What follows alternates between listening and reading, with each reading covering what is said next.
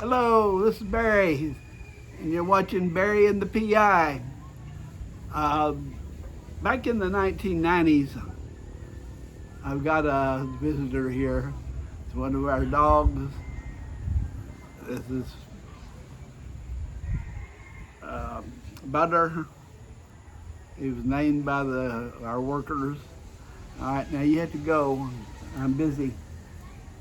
Go. Go. Yeah, they're always out here. I uh, I started looking for a teaching job here in Asia. I was a certified teacher back in the USA, and I was teaching on the Navajo Indian Reservation at that time. Uh, but I decided one summer I would spend traveling around Asia, and I went to Hong Kong first, and I met a beautiful young lady.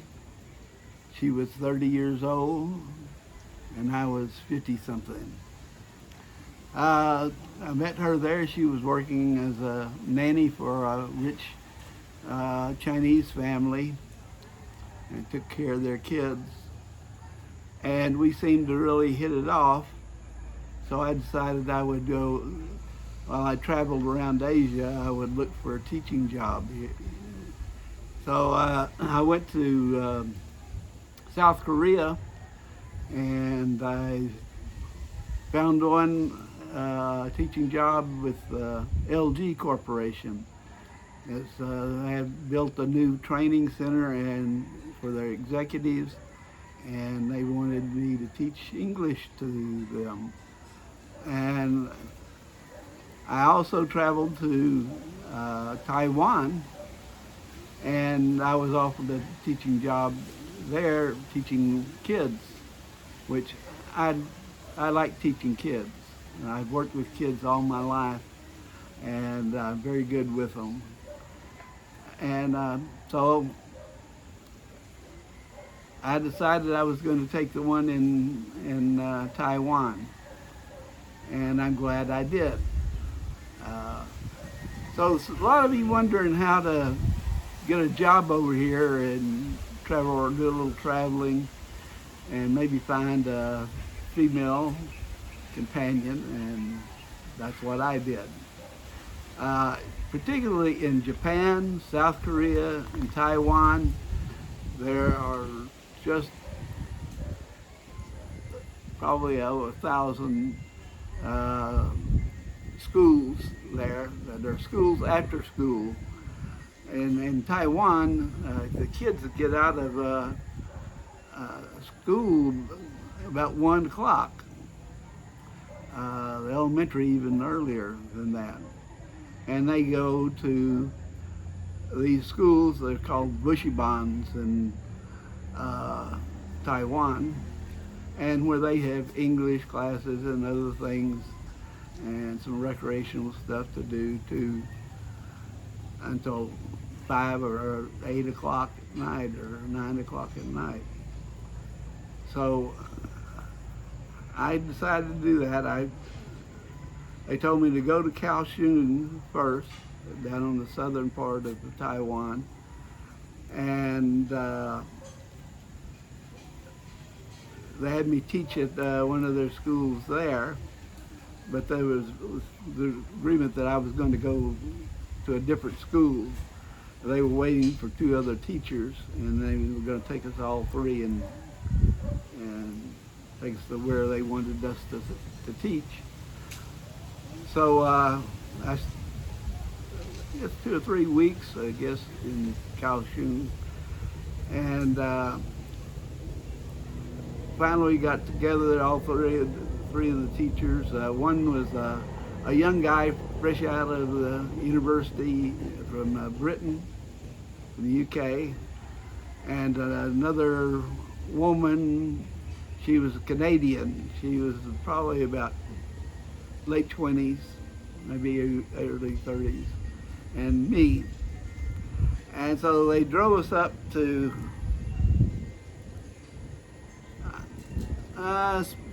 more about the towards the middle of Taiwan, and we went to this one school. It was a big school. Of course, this was in the morning, and the only kids they had there were kindergartners. And so they came in, the director of that school asked if we would do a demonstration class. And I said, sure, I'll do it. And they had the kids all sitting on the little chairs, and had a little tiny chair for me about this high. And so I got in there and I killed it.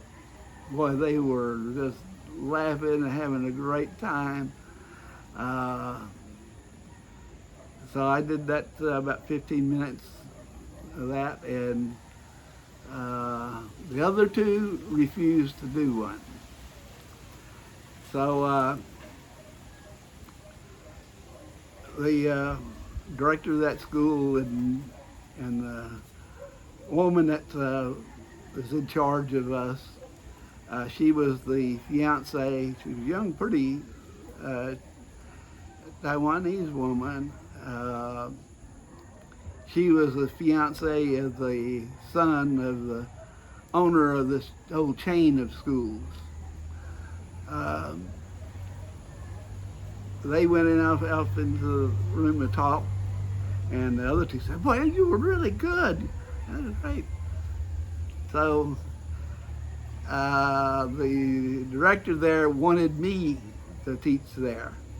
Well, that wasn't the same as what Angie had already planned out. So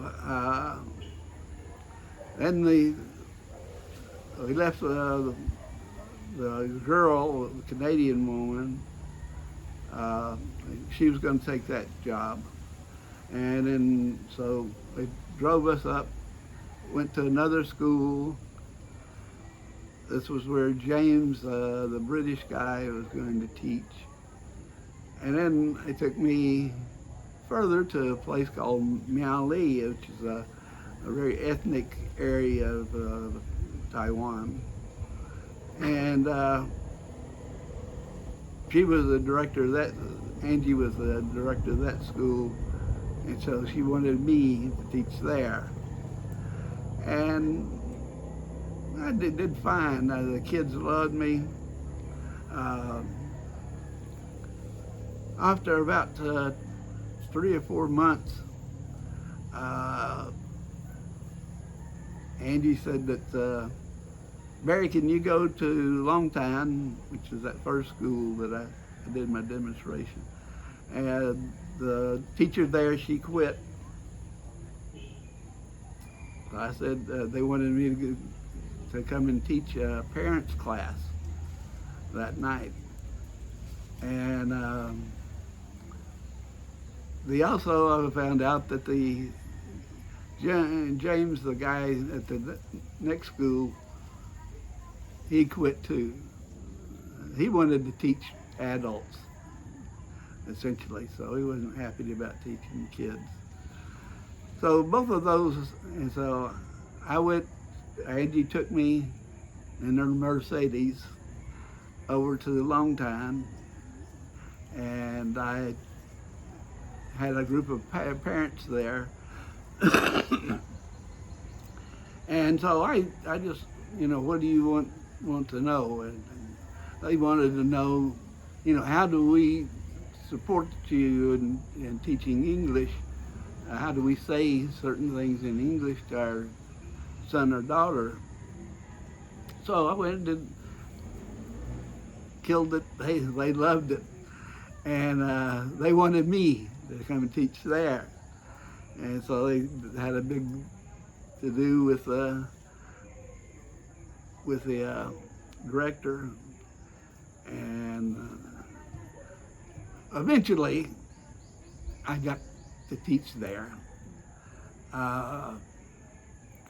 And the kids just absolutely loved me. I would go walking to the school in the mornings, and a bunch of the kids would come out, "That's Barry, that's Barry." You come run and tell the other teachers, "Barry's here, Barry's here." So, and they were just a lot of fun to teach. These classes were, in that school, were an hour and a half long. So I would teach for the hour, and then we'd go out and play some games outside. Usually hide and seek or tag or Red Rover. And so they really liked me. There was another English teacher there. He was married to a Taiwanese woman, so he just taught I think one class at night. And he came in and said, "These kids sure do love you." Yeah, I said, "Yeah, they sure do." And so it was a great experience there. And I didn't want to leave. I probably would have stayed there at least another year. But the director had a brain tumor, and she was going to have to go into surgery. And this is right before summer started. And the first summer, they had a great program. I had 200 kids there, and I got to play with them and do all kinds of stuff with them.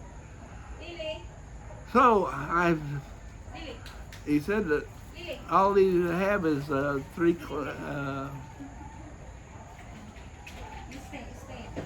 think 7 hours, and that's not enough for me to live on. So I went looking for another job. This is after I finished a year, or a little over a year, at school in Longtime. And I found saw an ad at a kindergarten in the suburbs of Taipei. And I went over there and interviewed, and they hired me. Hey! That's what happens when you get 4 jobs. Lily. So, Lily. No.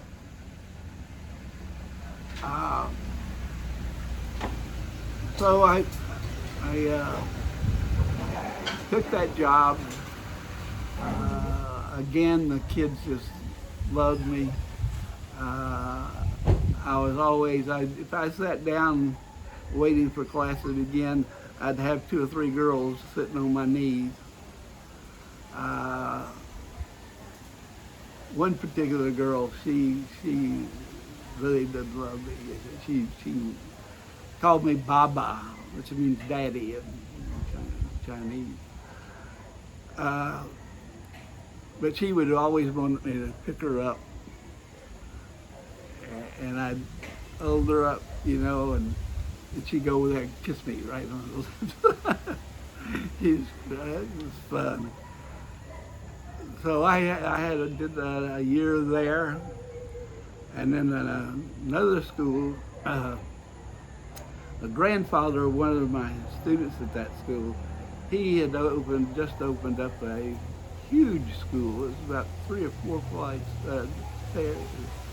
up, stories. And so I took that. I got a little raise, and started there. I had a great time with those kids. There was one, I think it's about 4-year-old class, and there was one really cute little girl sitting up 3 desks back. But if I stopped and looked at her and smiled at her or something, she would fly out of that chair and jump into my lap and hug me. it was a lot of psychological benefits teaching that. I have so many kids that really did like you, like me. Uh, that was fun teaching them and fun getting to know them. Then I also, at that kindergarten, there's a girl there. She had gone to high school in the U.S., so she spoke good English. And, I only worked about 20 hours a week. I had a lot of time off to do whatever I want. And she goes, I can get you some private tutoring. So she took me over to this businessman's house.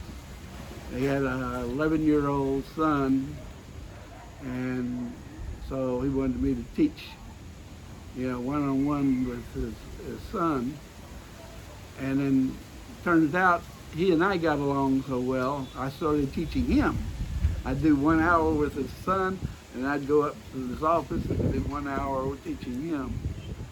And he would always give me a ride back to home, to where my apartment was. He was a super nice guy. And then they had a friend that had a little 9-year-old girl who she had been in learning English she was in an English kindergarten, and they'd had private tutors for her. So she could speak really well. And she was a lot of fun to work with. So I did that. I had some extra classes afterwards. I found another one. It was something else.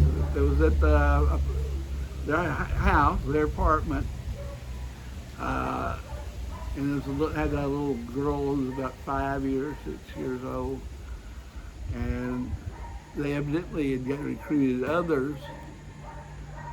So I had about 4 or 5 kids in there. And,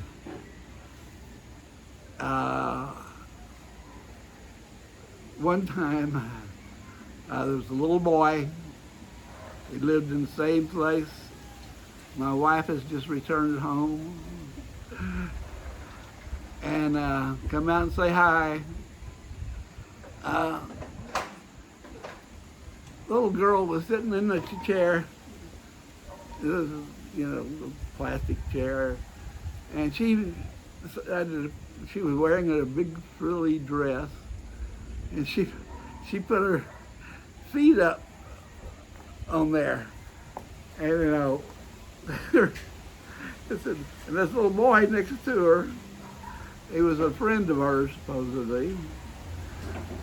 He looked over there, right down at her panties there, and he put a finger right there on the thing. I said, "Oh God!" So I gave that class up. I didn't want to teach that class. But it's crazy. And then I went to Keelung. That's the big harbor on the northern tip of Taiwan. And I taught at a bushibon there. And again, kids loved me. I had a great time there, and I stayed for a year and then decided, I think I'll go down to the Philippines. I had a little money. I thought maybe I'd see how long I could stay in the Philippines. And by that time, my wife had finished her contract and move back to the Philippines. So I decided to pack up and go to the Philippines. We they moved to Angeles City, mostly because of all the food. Lots of good American foods around there. And I stayed about 4 or 5 months, and then money was beginning to run out. So I said, I better go back and teach in the U.S. for a few more years and build up my retirement. And I'll go back and get process all the papers for Maita to come. And that's what I did. I went back. I eventually went back to the Navajo Indian Reservation in Arizona, and I was teaching and processing papers. And Maita arrived in Phoenix on Christmas Eve, and I had to drive down, pick her up, and as we were driving back up to the north, it started snowing. So she got to see her first snow, and she got to go to the Grand Canyon when it was covered with snow. So we loved it there, but I decided to finally retire after a couple of more years there. And we moved to Virginia because I got the job offer for a park ranger with the U.S. Fish and Wildlife Service in Virginia, and we moved there. But you can find, there are plenty of jobs, English teacher jobs. You do need to get your TES, Teach English as a Second Language certification. I didn't have to do that because I'm already a certified teacher. And so Taiwan is a great place. People are friendly. Not a lot of them speak English, but that was no problem. I made it through just fine. And Japan also, lots of jobs there, and in South Korea. Yes, you can find some places you work here in the Philippines, but depends on how much work you want to do, how much money you're going to get. But that's something to think about. Or you can go and I made a deal. Every 2 months I got a 4-day weekend, and I would fly back to the Philippines or to Hong Kong. So you can work that out with your school that you're at. But people were very nice there, and you'll enjoy it. I enjoyed it. I didn't want to come back in a way. So that's it. This is Barry. It's a nice, cool day today. A little bit of wind. Tomorrow, next day, it's supposed to be real windy. But yeah, I had to put on long pants this morning when I got up. But, so y'all take care. Be sure to subscribe and hit that like button. And I'll have another video out in the next couple of days, I think. So thanks for watching, and y'all have a great day. Help people. See somebody that's handicapped, ask them if you can help them. Help somebody that's hungry, give them $1 or something, or a few pesos. Let them get something to eat. Y'all take care, and be sure to take care of the pets. I always do. And there's Pepper. Hey, Pepper. All right, y'all take care.